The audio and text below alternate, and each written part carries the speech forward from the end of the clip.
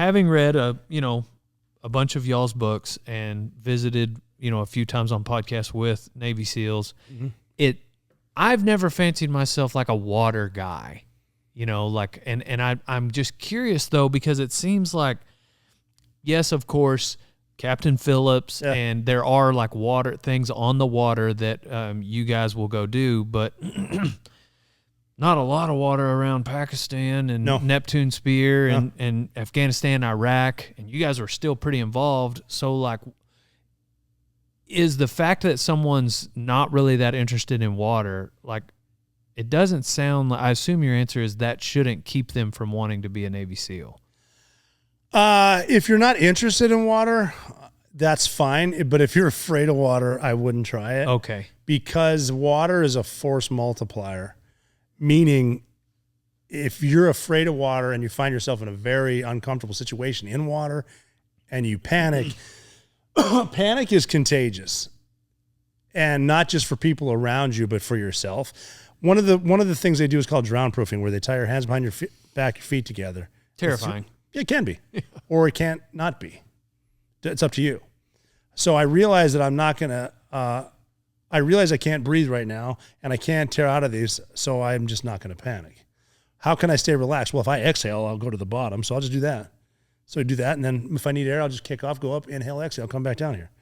Chill the That's it. I mean, if you don't have that mentality, like when they have you float for 5 minutes tied up, it's hard, but it's a lot harder when you're kicking and screaming. So whenever I was like high school, junior high, my dad would, throw us off the tube or whatever at the lake. Right. Yeah. And then take the long way around. That would scare me. Yeah. But it wouldn't keep me from getting on the tube. Like I'd go back to the lake the next weekend. But I would be sure enough. So I think my level of, this isn't the beginning of me saying I would be a Navy SEAL, but I'm just saying, I think my fear of the water would be like, I guess it may be a healthy fear if that's a thing, but it would be something I think I could overcome at least enough to want to do it. Whether I would pass buds is a whole nother conversation, but I'm just saying, I've just always wondered that about people that, as far as recruitment numbers, like how many of them is like, no. If you're just okay with water, that's enough. Yeah.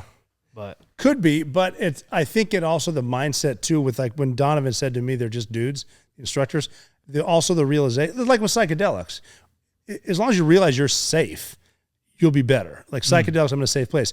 A lot of people in SEAL training, in BUDS, as we call it, they don't realize the instructors aren't going to kill you. You're in a safe spot. So just chill out. If you start panicking, you're talking yourself into an ass whooping. Calm down. If guess what? If you drown, they're going to revive you. Yeah. They're not, even so simple as if that instructor lets me drown, they're going to fire him. He doesn't want to get fired. He's going to save me. How many people have drowned? A lot of guys drown, but they resuscitate them. I don't know how many have died. There's been deaths, but not a lot. Not as many as there could be.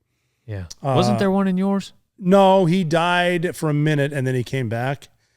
And he that was actually a crazy story because it was his last attempt at underwater knot tying, where you need to tie 5 different knots underwater. And they'll mess with you. Like you go down and tie one knot around you got a rope, tie it around a rope, and then they check it out. And they'll mess with you too. Like they'll pretend the knot's not good, so they'll tell you it's bad, and you untie it, retie it, whatever. Come back up, breathe. Next knot's this. And they'll give you we got to tie 5 knots in a row to pass. And they will give you a certain amount of times to pass every test. But if you fail like the 4th time, they're going to kick you out or at least roll you back. And you don't want to get rolled back. You don't want to go back to one day. You want to stay here.